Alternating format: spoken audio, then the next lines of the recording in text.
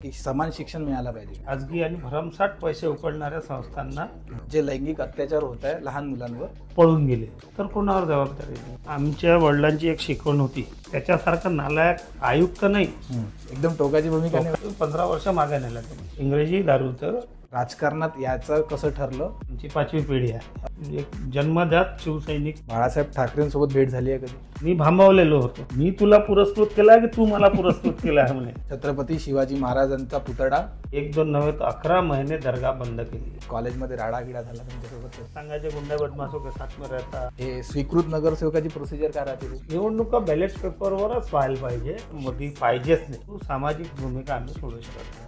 तुमचा ब्रँड झालेला आहे विदर्भाचा राजा म्हटलं की दिनेश भाऊचं नाव समोर येते, आणि दिनेश भाऊचं नाव समोर आलं की विदर्भाचा राजाचं नाव आहे। नमस्कार भाऊ। नमस्कार। आपलं एक यूट्यूब चॅनल आहे वन नेशन वन एज्युकेशन, त्याच्यामध्ये आपण अखंड भारत नावाचा पॉडकास्ट म्हणजे इंटरव्ह्यू वगैरे घेतो पॉलिटिकल लोकांचे।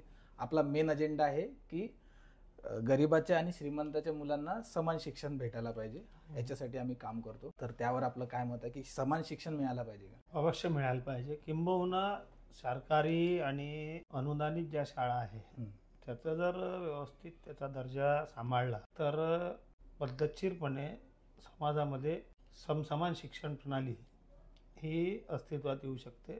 सगळ्यांना सारखी शिक्षण प्रणाली। आज सगळ्यात जास्त जर लोक त्रस्त असतील, एक तर आरोग्यविषयक सुविधा आणि दुसरं आपल्या पाल्यांचं शिक्षण। आणि शासनाचे धोरण इतके विचित्र झाले आहे की या 2 मूलभूत गोष्टींकडेच सगळ्यात जास्त खाजगीकरणाच्या दृष्टीने त्या दिशेने आगेकूच सुरू आहे। जिल्हा परिषद शाळा, अनुदानित शाळा बंद करणं, त्याच्या व्यतिरिक्त ज्या दर्जेदार शाळा होत्या त्यांना शिक्षकेतर कर्मचाऱ्यांची कपात करणं, त्यांना अनुदान न देणं आणि खाजगी आणि भरमसाठ पैसे उकळणाऱ्या संस्थांना प्रोत्साहित करणं, हा जो विषय हा अतिशय गंभीर आहे। भाऊ, शासनाने आता एक GR काढला की जे लैंगिक अत्याचार होत आहे लहान मुलांवर, तर ती जबाबदारी आता गव्हर्नमेंटने ज्या GR मध्ये असं सांगितलेलं आहे की ती जबाबदारी राहणार आता म्हणजे त्या शाळेच्या शासनावर, म्हणजे मुख्याध्यापक झाले, टीचर झाले। तर याबद्दल तुम्ही मनपा प्रशासनाला काय सल्ला द्याल? मनपा प्रशासन खूप वेगळा पार्ट झाला। मनपा प्रशासनामध्ये आणि मनपाच्या शाळांमध्ये असं कृत्य करण्याची पाळी याच्यासाठी येत नाही की विद्यार्थीच नाही आहे। अच्छा, विद्यार्थी पटसंख्या वाढावी याकरता मी स्वतः इतके मोठ्या प्रमाणावर प्रयत्न केले। त्याच्यासाठी नियमावली बनवली। विविध क्षेत्रामध्ये आपल्या कामाचा ठसा उमटवणाऱ्या सेवाभावी संस्थांना या कामामध्ये पालकत्व स्वीकारण्यासाठी प्रेरित केलं आणि 2-3 शाळांमध्ये दखलपात्र यशसुद्धा त्यामुळे संपादित केलं। अच्छा, पण दुर्दैवानं मनपा प्रशासनाचे जे अधिकारी आहे त्यांनी या सेवाभावी संस्थांना कसं पिटाळून लावता येईल या दृष्टिकोनातून प्रयत्न केले आणि ते पळून गेले। अच्छा, राहिला प्रशासनाच्या शालेय प्रशासनावर ही जबाबदारी निश्चित करायची, तर शाळेच्या आवारात जर झाली तर त्यांच्यावर जबाबदारी आहे। बरोबर। शाळेच्या आवाराच्या बाहेर जर असं झालं तर कोणावर जबाबदारी नाही। याच्यासाठी समाज व्यवस्था, त्याच्यानंतर लोकांची मानसिकता, हे सगळं सुधारवणं गरजेचं आहे। हे काय वर्षानुवर्ष चालत आलेला प्रकार आहे तो, आणि भविष्यातही जर समाज जागृत नाही झाला तर हे प्रकार थांबणार नाही। लैंगिक अत्याचार आहे भाऊ। आता महानगरपालिकेचा विषय निघाला आणि तुम्ही तुमचा बराचसा काळ म्हणजे आयुष्याचा बराचसा वर्ष तुम्ही महानगरपालिकेला दिले, तर मनपा प्रशासनात अधिकाऱ्यांसोबतचं काम करण्याची पद्धत म्हणजे त्यांचं नेचर कसं होतं तुमच्या बाबतीत काम करण्याबाबत? आमच्या वडिलांची एक शिकवण होती की तुम्ही चांगले आहात तर जग चांगलं आहे। तुम्ही कसे वागता त्या हिशोबानं जग तुमच्यासोबत वागेल। मनपा प्रशासनामध्ये चांगले वाईट अनेक अनुभव आले आहे। चांगल्या जवळपास सर्वच आयुक्त झाले, सर्वच एक बोटावर मोजण्यालायक नगण्य म्हणून त्याला की नालायक अधिकारी किंवा कर्मचारी होते। नाव सांगू शकता का? सगळ्यात नालायक एक माणूस भेटला मला, तो होता प्रवीण आष्टीकर, प्रशासक अच्छा. म्हणून आला होता. त्याच्यासारखा नालायक आयुक्त नाही तर मी माणूसच नाही पाहिला. अच्छा. त्यांनी पूर्ण संस्था ओरबडून खाल्ली, संस्थेचे बोधवारा वाजवला आणि नीतिमत्तेच्या नावानं शून्य. निश्चितपणे जर नियती जर अस्तित्वात असेल, ईश्वर जर अस्तित्वात असेल, त्याचं म्हातारपण खराब जाईल याची व्यवस्था मी स्वतः करेल. अरे बापरे, एकदम टोकाची भूमिका. टोकाची भूमिका याच्यासाठी घेईन. आज महापालिकेवर बॉडी अस्तित्वात नाही आहे. ज्या दिवशी बॉडी अस्तित्वात येईल त्यावेळेस स्थानिक जे काही नगरसेवक राहतील त्यांच्या साथीने मी त्याच्या विरोधात 1 पॉइंट प्रोग्राम राहील. अच्छा. याचं उर्वरित आयुष्य तुरुंगात कसं जाईल. अरे बापरे, म्हणजे इतका त्रास झाला आयुष्यात मला इतका नालायक माणूस भेटला. अच्छा अच्छा, म्हणजे तेव्हा तुम्हाला काम करताना त्रास झाला? मला नाही त्रास झाला, आम्ही तर रिटायर झालो होतो त्यावेळेस. अच्छा. त्याचा कार्यकाळ सुरू होता. परंतु त्याची नालायकीची हद्द इतकी आहे की महापालिकेला कमीत कमी 15 वर्ष मागे नेला त्याने. अरे बापरे, इतका नालायक माणूस. भाऊ, तुम्ही तुमच्या वडिलांचा विषय काढला आणि आम्ही पण जेव्हा लहान होतो शहरात तर एकच म्हणजे असं वाक्य चालत होतं किंवा लहान पोराला वाईट आजार झाला, बरं वाटत नाही तर मग भूप सरांकडे जा. तर आज वडील आपल्या हयात नाही आहे, त्यांच्या काही आठवणी आहे का तुमच्यासोबत? पुष्कळशी आठवणी आहे. त्यांनी जे तात्विक वैद्यकीय व्यवसाय कशाला म्हणतात ते त्या जनरेशनचे शेवटचे डॉक्टर ते होते. अच्छा. आता तात्विक वैद्यकीय व्यवसायामध्ये अनेक लोक असतीलही, परंतु आता शेवटचं म्हणजे आमच्याच कुटुंबातले आमचे मोठे बंधू आहे डॉक्टर राजेश भाऊ, जे तात्विक पद्धतीने वैद्यकीय व्यवसाय करतात. परंतु ते असे डॉक्टर होते जे रुग्णांचे फॅमिली डॉक्टर नसून एक पूर्ण कुटुंबाचे पालक जसा वागते, त्या पालकांना सुद्धा काउन्सिलिंग करायचं. बरोबर. त्यांच्या शिकवणीप्रमाणे 1992ची गोष्ट आहे. मी अतिशय तरुण होतो, 21-22 वर्षाचा होतो आणि मी त्यांच्याकडे प्रस्ताव आणला की FL2 म्हणजे दारूचं, इंग्रजी दारूचं विक्रीचं लायसन्स त्या काळामध्ये 3.5 लाख रुपयात मिळत होतं. अच्छा. आमच्या घराखाली दुकान खाली होतं. मी म्हटलं त्या ठिकाणी व्यवसाय करतो. म्हटलं मी आनंदाची गोष्ट आहे ना, तुला व्यवसायाचं डोक्यात आलं, करायला काही हरकत नाही म्हणे. परंतु म्हणे व्यवसाय सुरू, पैसेही देतो म्हणे, व्यवसाय सुरू केल्यानंतर म्हणे आपण एका घरात राहू शकणार नाही म्हणे आणि माझं नाव तुला लावता येणार नाही म्हणे. अच्छा. म्हटलं का? तर म्हणे तुझे वडील म्हणे लोकांचा जीव वाचवण्याचं काम करतील आणि तू लोकांचा जीव घेण्याचं काम करेल, संसार उद्ध्वस्त करायचं काम करेल, म्हणून आपण एका घरात राहू शकणार नाही.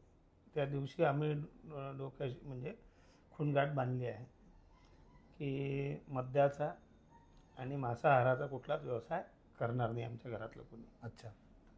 ती एक सगळ्यात मोठी आठवण त्यांची आहे, शिकवणी पदोपदी आम्हाला ती माहिती असते. भाऊ, तुम्ही जी पहिली निवडणूक, तुम्ही डॉक्टर पण होऊ शकला असता, तुमचे वडील डॉक्टर होते जसे तुमचे मोठे. तेवढा गुणवान नाही आहे, परंतु असं समजून घ्या डॉक्टरांचाच काम एक 5-10% आम्ही रुग्णसेवा म्हणून करतच आहोत. मग हे समाजसेवा आणि राजकारणात याचं कसं ठरलं? नाही, असं ठरवून कुठलंच काम नसते. समाजकार्य हे आमच्या रक्तात आहे, आमची 5वी पिढी आहे. अच्छा अच्छा. आमच्या पंडोबापासून सामाजिक क्षेत्रामध्ये आम्ही काम करत आलो. आमचे आजोबा संत गाडगे महाराज आणि तुकडोजी महाराज यांच्यासोबत त्यांनी भजन कीर्तनाच्या पासून तर सामाजिक कार्यामध्ये, लोकप्रबोधनाच्या कामामध्ये डॉक्टर आपल्या देवकरणजी बुक म्हणून आजोबा होते आमचे, तेव्हापासून काम करून राहिलो. हे वर्ष म्हणजे परंपरागत आहे, आमच्या कुटुंबाचा स्वभाव आहे. आजही आमच्या कुटुंबातले 10 लोक एकत्रित जर भेटलो तर कधी कुठल्या व्यवसायाबद्दल किंवा कामधंद्याबद्दल चर्चा न करता सामाजिक समस्या आणि त्याच्यावर कुणाचं कुठल्या क्षेत्रामध्ये काम सुरू आहे याच्याबद्दलच चर्चा होते. हा सगळ्यात मोठा विषय आहे. दुसरा विषय राजकीय सामाजिक विषय आहे. त्या काळामध्ये आम्ही 85-86ची गोष्ट आहे की वंदनीय शिवसेना प्रमुख बाळासाहेब ठाकरे यांच्या भाषणाचा आणि शिवसेनेच्या आक्रमक पद्धतीने सामाजिक कार्याचा माझ्या डोक्यावर मोठ्या प्रमाणावर प्रभाव आणि पगडा होता. आणि त्याला भारवूनच मी त्या काळापासून शिवसेनेचं काम केलं आहे. आज जरी या प्रवाहामुळं कुठं बाजूला असेल, परंतु मी एक जन्मजात शिवसैनिक म्हणूनच समाजामध्ये वावरतो अजूनही. भाऊ, बाळासाहेब ठाकरेंसोबत भेट झाली आहे कधी? अनेक वेळा. काय अनुभव होता, काय पर्सनॅलिटी होती, एक जवळचा अनुभव? त्यांना बाळासाहेबांच्या जर 1-1.5 किलोमीटरच्याही पेरीफेरीमध्ये आपण आहोत तर ते करंट आहे त्याच्यामध्ये. अच्छा. जर शिवसेना प्रमुख विदर्भात आहे तर इथं भास व्हायचा, अकोला जिल्ह्यात आले तर इथं भास व्हायचा की शिवसेना प्रमुख आले आहे. त्यांना प्रत्यक्ष भेटल्यानंतर तर एक चैतन्य राहायचं. अच्छा. एक 2000 साली अमरावतीमध्ये महाअधिवेशन झालं होतं शिवसेनेचं राज्यव्यापी, आणि त्याची जवळपास 80%-90% कामाची जबाबदारी माझ्यावर व माझे मित्र दिवंगत सोमेश्वर पुसतकर यांच्यावर होती. प्रचंड यशस्वी तो मेळावा झाला. अधिवेशन होतं, ते शिबिर होतं. त्याच्यानंतर दुसऱ्या दिवशी आम्हाला पुरस्कृत करण्यासाठी हा फोटो आहे, तो त्याच्या सुद्धा फोटो काढतो मागचा. मग मला आणि सोमेश्वर भाऊला बोलावलं आणि ही ट्रॉफी दिली शिवसेना प्रमुखांनी. ही ट्रॉफी देताना ही वाली मी भांबावलेलो होतो. शिवसेना प्रमुखांच्या हाताने ट्रॉफी घेता आणि मी त्यांना मला दिलेली ट्रॉफी त्यांच्याच हातात राहू दिली आणि मी जायला लागलो. तर शिवसेना प्रमुखांनी साहेबांनी मला, अरे बाबा म्हणे, मी तुला पुरस्कृत केला आहे की तू मला पुरस्कृत केला आहे म्हणे. तर ही आठवण कायमची आहे साहेबांची.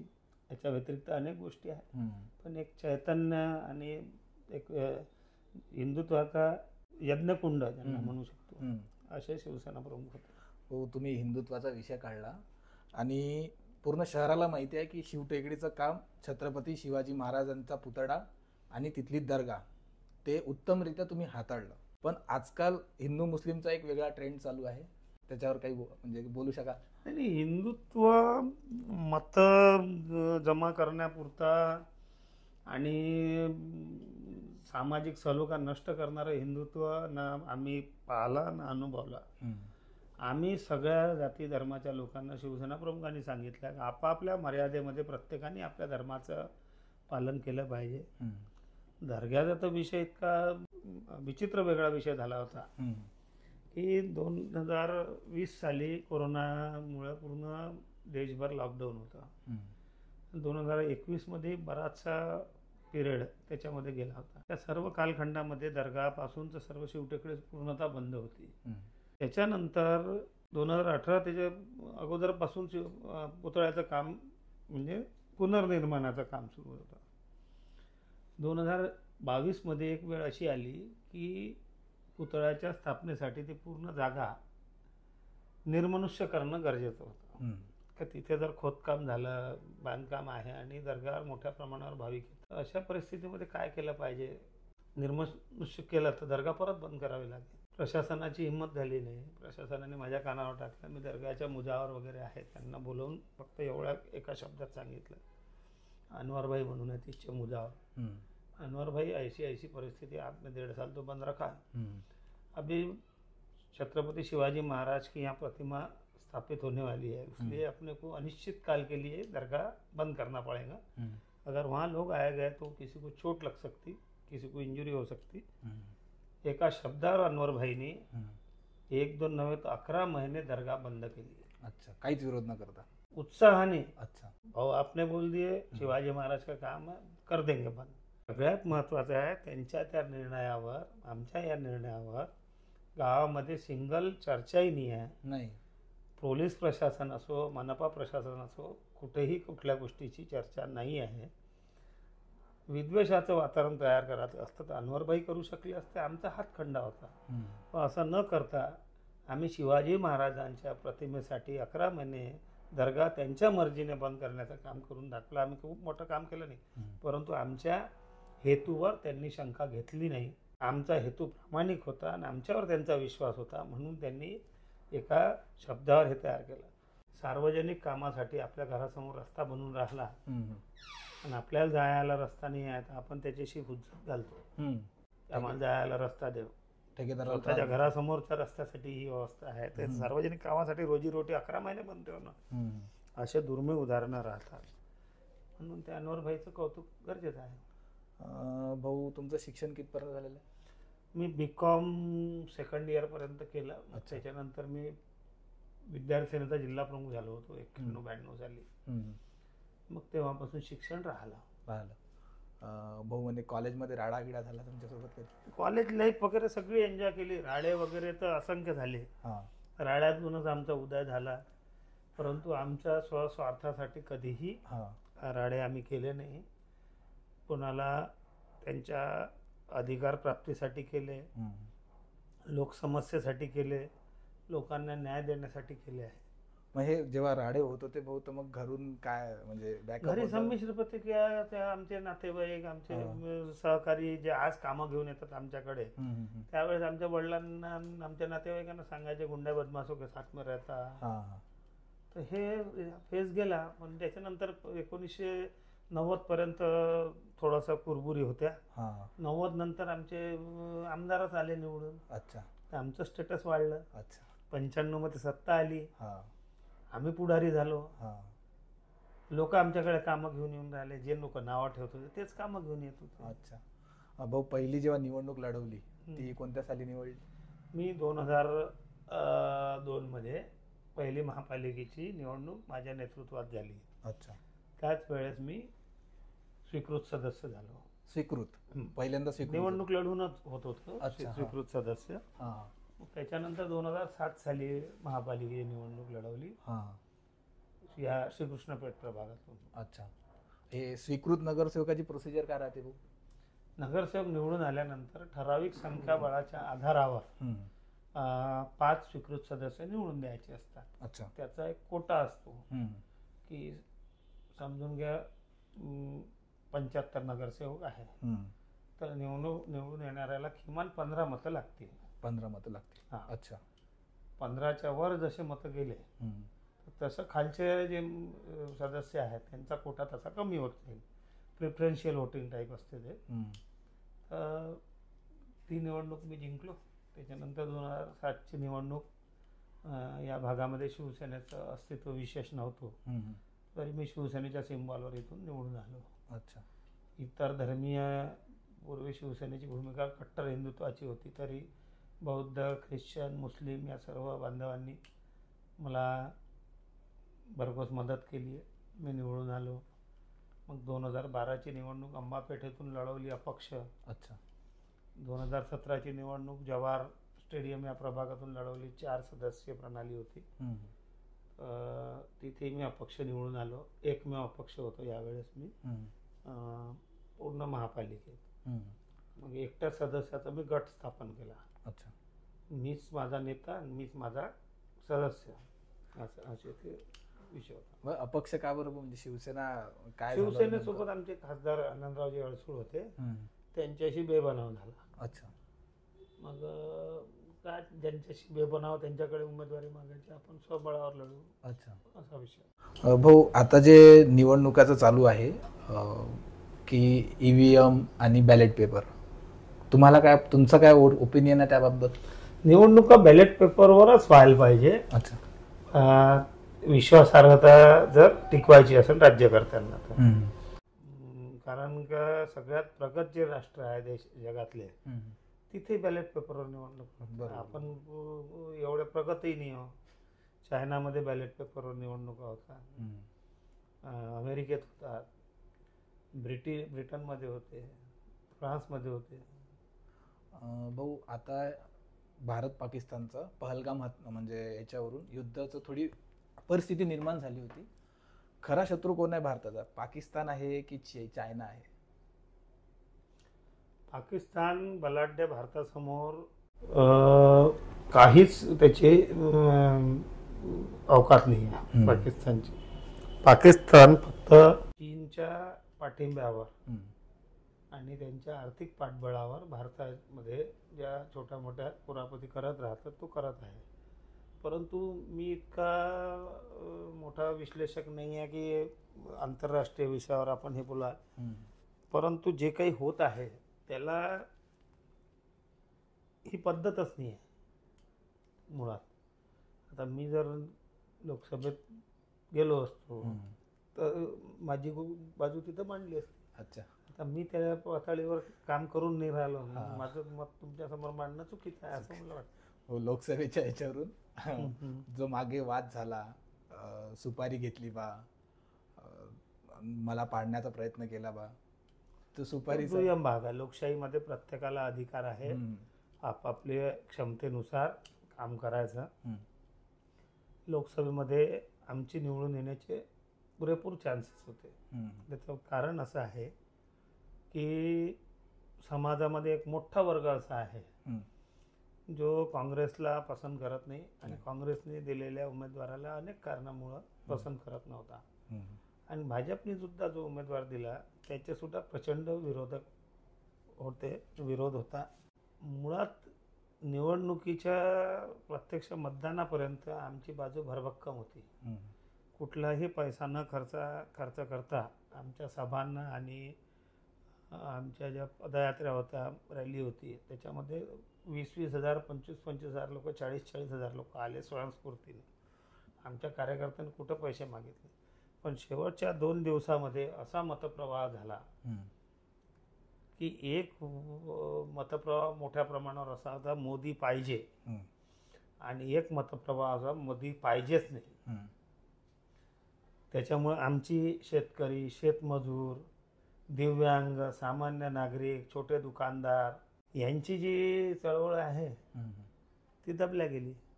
जाती धर्मावरच सगळं गेलं.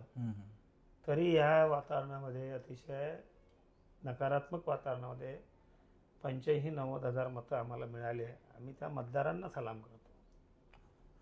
भाऊ, आता तुमचा एवढा मोठा व्याप आहे, तुम्ही रुग्णांच्या नागरिकांना जीव, म्हणजे रुग्णांच्या नातेवाईकांना जीव घालता, त्यांची सोय करता, इकडला वेगळा व्याप आहे.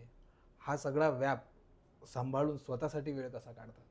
हा आम्ही जो वेळ काढलेला आहे ही आमची दिनचर्या आहे. अच्छा. याच्यातच आम्हाला आनंद मिळतो. अच्छा. आणि हेच आमचं आयुष्य आहे. मग असं कधी वाटत नाही का आपण हे काय करतोय म्हणून? नाही, आनंद होतो. ज्या गोष्टीमुळे आपल्याला आनंद मिळतो ते काम केलं पाहिजे.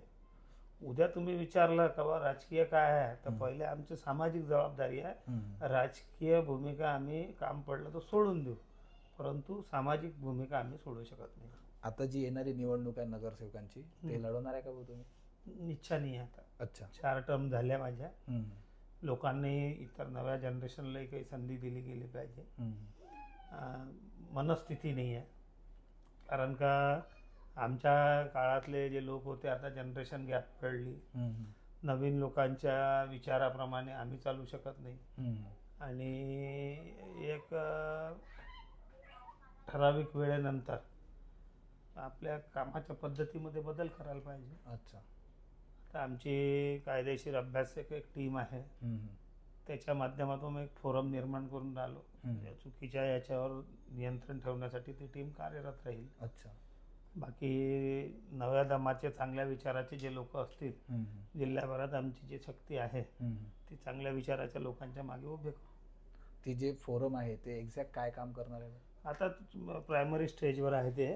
ज्यावेळेस तो पूर्ण आकार घेईल त्यावेळेस मी बोलावून तुम्हाला समजावून सांगेन. एक तुमचा ब्रँड झालेला आहे की विदर्भाचा राजा म्हटलं की दिनेश भाऊचं नाव समोर येते, आणि दिनेश भाऊचं नाव समोर आलं की विदर्भाचा राजाचं नाव येते. ही संकल्पना, ही कल्पना कशी सुचली तुम्हाला? मी आणि सोमेश्वर पुसतकर आम्ही जवळपास 1998-99 पासून सोबत आहोत. शिवसेनेच्या दळणघडणीच्या दरम्यानपासून. पूर्वी कवी संमेलन व्हायचे. त्या काळामध्ये 1,000 रुपये तिकीट असायचे. दिनेश म्हणे सामान्य लोकांना रसिकता नसते का म्हणे. सामान्य लोक म्हणे तरी इच्छा आहे, 1,000-500 रुपयाची तिकीट नाही घेऊ शकत म्हणे. या लोकांसाठी काय करता येईल? तर आम्ही मोफत कवी संमेलन चालू केले. अच्छा. गरीब माणूसही आहे, त्याच्यामध्ये रसिकता असते ना. बरोबर. म्हणून आम्ही जे सामान्य लोकांना सहज पद्धतीने उपलब्ध होत नाही अशा गोष्टी आम्ही त्यावेळेस करणं सुरुवात केल्या. टी व्हीवर एकदा एक बातमी आली, 2005-06 ची गोष्ट असेल. ते लालबागच्या राजाचं त्यावेळेस प्रचंड आकर्षण होतं. आताही आहे. सध्याच्या रूपानं म्हणा, नवसाला पावणारं म्हणा, 2-2 दिवस 24-24 तास 20-20 तास तिथं रांगेमध्ये लोक थांबतात. आणि 20 तास 15 तास थांबल्यानंतर दर्शन घेताना ते पावित्र्य राहील का याचा तुम्ही विचार करा. 15-20 तासाच्या दरम्यान लघुशंका असेल, दीर्घशंका असेल, बाकी काही थकवा असेल, पण तिथं भाविक भक्तांसोबत थोडंसं अतिशय क्रूरतेने वागणूक तिथच्या स्वयंसेवकांनी दिली. ती गोष्ट सोमेश्वर भाऊलाही लागली, मलाही लागली. म्हणे इतक्या दूर जाऊन म्हणे लोक दर्शन घेतात, तिथं गैरसोय होते म्हणे. आपण म्हणे असं काम करू म्हणे की अमरावतीमध्ये लालबागचा राजा, विदर्भाचा राजा आपण स्थापित करू शकलो तर त्या दृष्टिकोनातून प्रयत्न करू. योगायोगाने 2009-10च्या दरम्यान आपण ज्या जागेमध्ये बसलो, ज्या ठिकाणी विदर्भाचा राजा विराजमान होतो, ती जागा मालकांच्या वतीने स्वतःहून चालत आली. अच्छा. की तुम्ही घेता का? तर ते गणपतीच्या कृपेने ती जागा आमच्या मालकीची झाली. त्या ठिकाणी दिनेश सोमेश्वर भाऊ म्हणे इथे आपण म्हणे विदर्भाचा राजा बसू शकतो म्हणे, कारण त्याचे मूर्तीची उंची वगैरे, शहरामध्ये भ्रमण करणं, या सगळ्या गोष्टी म्हणे त्याच्याने साध्य होईल. आणि लोकांना म्हणे मुंबईला जाण्याची गरज पडणार नाही, इथे त्या गोष्टीची आपण सोय देऊ. आणि लोकांना तिथे आदळआपट झाली, धक्काबुक्की झाली, आपण त्या लोकांना इथं सन्मान देऊ. आज आमच्या इथे गरीब श्रीमंत कुठलाही भेद नाही, कुठलाही VIP कल्चर नाही. सगळे एका रांगेने येतील आणि एका पंक्तीमध्ये बसून जेवण करतील. गरीब श्रीमंत उच्च नीच काहीच भेदभाव नाही आमच्या इथे. फक्त फॅसिलिटी कोणाला मिळते? गरोदर महिला, ज्यांच्या कडेवर लहान बाळ आहे, अशा महिला पुरुषांना, दिव्यांगांना आणि वयोवृद्ध नागरिकांना, यांना विशेष दर्शन करून घडवून आणतो आम्ही. आमचे स्वयंसेवक प्रत्येक रांगेमध्ये फिरून. आणि बेड पेशंट असतील, अंथरुणाला खेळलेले, त्या पेशंटना घरी जाऊन आणून दर्शनाची, भोजनाची सोय करून घरपोच परत करून देणं, ही सुद्धा सोय आमच्या इथं वर्षानुवर्ष आहे. अरे बापरे. तर लोकांना, ज्या लोकांसाठी आपण उत्सव ठेवतो, मोठमोठ्या जाहिराती करून त्यांना बोलावतो, त्या लोकांना सन्मानित करणं आपली जबाबदारी आहे की अपमानित करणं आपली जबाबदारी आहे, हे आयोजकांनी ठरवायला पाहिजे. लोकच आले नाही, किती सुंदर आयोजन केलं, तुमच्या आयोजनाला काहीही अर्थ नाही. म्हणून आम्ही या पद्धतीने काम करतो. आणि ही संकल्पना सोमेश्वर भाऊ आणि बच्चू भाऊजी, अच्छा, अमरावतीला हे करू म्हणे आपण, आणि त्याच्यातून सेवेचा संदेश कसा देता येईल. हे मंडळ आमचं 1-2 दिवसाचं, एका 15-20 दिवसांनी 12 महिने 24 तास कार्यरत असणारं मंडळ. भाऊ, आता एखाद्या तरुणाला तुमच्या मंडळाशी जुळायचं आहे तर काय प्रोसिजर आहे? काहीच नाही, चांगलं काम कर, आपल्या ठिकाणी राहून. आम्हाला वेळ द्यायची काम नाही आहे. मंडळाचा कार्यकर्ता म्हणून तू जिथं राहतं तिथं योग्य पद्धतीने काम कर. जसा वेळ मिळेल तसा गणेशोत्सवाच्या काळामध्ये लोकांच्या अडचणी असल्या त्यावेळेस आमच्याकडे यायचं, नाही तर तू आहे त्या ठिकाणी आमच्या मंडळाचा कार्यकर्ता म्हणून काम करू शकतो. अच्छा. हो, तरुणांना काय सल्ला द्याल? आजचे तरुणांना एकच संदेश आहे. सगळ्यात पहिले तर मातृपितृ ऋण हे फेडा. कधी फेडाल?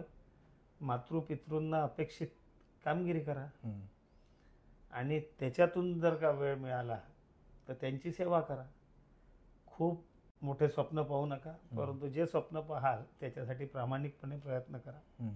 आणि मेहनतीला दुसरा बायपास नाही आहे, मेहनतीला दुसरा पर्याय नाही आहे, म्हणून त्याच्यापासून पळू नका. आणि जर तरुणाला राजकारणात यायचं असेल तर यायलाच पाहिजे, पण पैसे कमवण्यासाठी नका येऊ. अच्छा. हरामखोरी लबाडी करण्यासाठी येऊ नका. खोटं बोलून लोकांना भ्रमिष्ट करायचे. लोकांशी प्रामाणिकपणे राहा, प्रामाणिकपणे वागा आणि प्रामाणिकपणे लोकांची सेवा करत असाल तरच राजकारणात या. एंटरटेनमेंटमध्ये काय ऐकता? गाणे ऐकता, मूवी बघता? नाही, असं काही नाही, काहीच नाही. असं विशेष आवडही नाही आहे आणि विशेष कुठल्या याचा रागही नाही आहे. छोट्या मोठ्या ज्या गोष्टी असतात, जुन्या गाण्या, जे अर्थपूर्ण गाणे आहे ते ऐकतो. जर कोणी वाजवलं तर स्वतःहून लावत नाही. स्वतःहून नाही, म्हणजे असं बैठकीत जर कोणी वाजवलं. हां. अच्छा. बाकी असा कुठलाच शौक किंवा व्यसन आहे ज्याच्या मी अधीन गेलो आहे त्याचं उत्तर आहे नाही. आणि म्हटलं असं कुठलंही शौक आणि व्यसन आहे जे मी केलं आहे त्याचं उत्तर सुद्धा आहे नाही. सगळे व्यसन केले आहे, सगळे शौक केले आहे, सगळ्या लोकांमध्ये वावरलो आहे आणि सगळ्या गोष्टींवर विजय प्राप्त केला आहे. म्हणजे ज्या पिरियडमध्ये तुम्ही म्हणजे युवक असाल, यंग असाल, कॉलेज लाईफ एन्जॉय केली आहे, भरपूर एन्जॉय केली आहे. त्या पिरियडमध्ये सगळं आपापल्या आणि त्याचा प्रत्येकाने आपापल्या त्या पर्टिक्युलर वयाच्या फेजमध्ये त्या गोष्टीतून जायलाच पाहिजे. त्याच्याशिवाय पूर्णतः माणूस घडत नाही, म्हणजे डोळे उघडत नाही किंवा त्याच्याशिवाय सूत्र म्हणजे ते बदाम खाल्ल्याने अक्कल येते हे साप चुकीचा समज आहे. ठेस खाल्ल्यानेच अक्कल येते. अच्छा, ठीक आहे. खूप खूप धन्यवाद भाऊ तुमचं आम्हाला सहकार्य केल्याबद्दल. फक्त आमच्या चॅनलला आपल्या प्रणय पुसतकर यांनी यूट्यूब चॅनलच्या माध्यमातून समाजामधले असलेल्या विसंगत्या आणि समाजामध्ये असलेले दोष निवारणासाठी जे प्रत्येक प्रकट मुलाखतीचा कार्यक्रम हाती घेतला आहे त्याला माझ्या वतीने, माझ्या सर्व सहकाऱ्यांच्या वतीने, कुटुंबियांच्या वतीने मनपूर्वक शुभेच्छा देतो. मला मुलाखत घेण्यायोग्य समजलं त्याच्याबद्दल त्याला धन्यवाद देतो. चॅनलला सबस्क्राईब करा, चॅनलला सबस्क्राईब करा, आवर्जून पहा आणि आवडलं तर बेल आयकॉन सुद्धा दाबा. थँक्यू. खूप खूप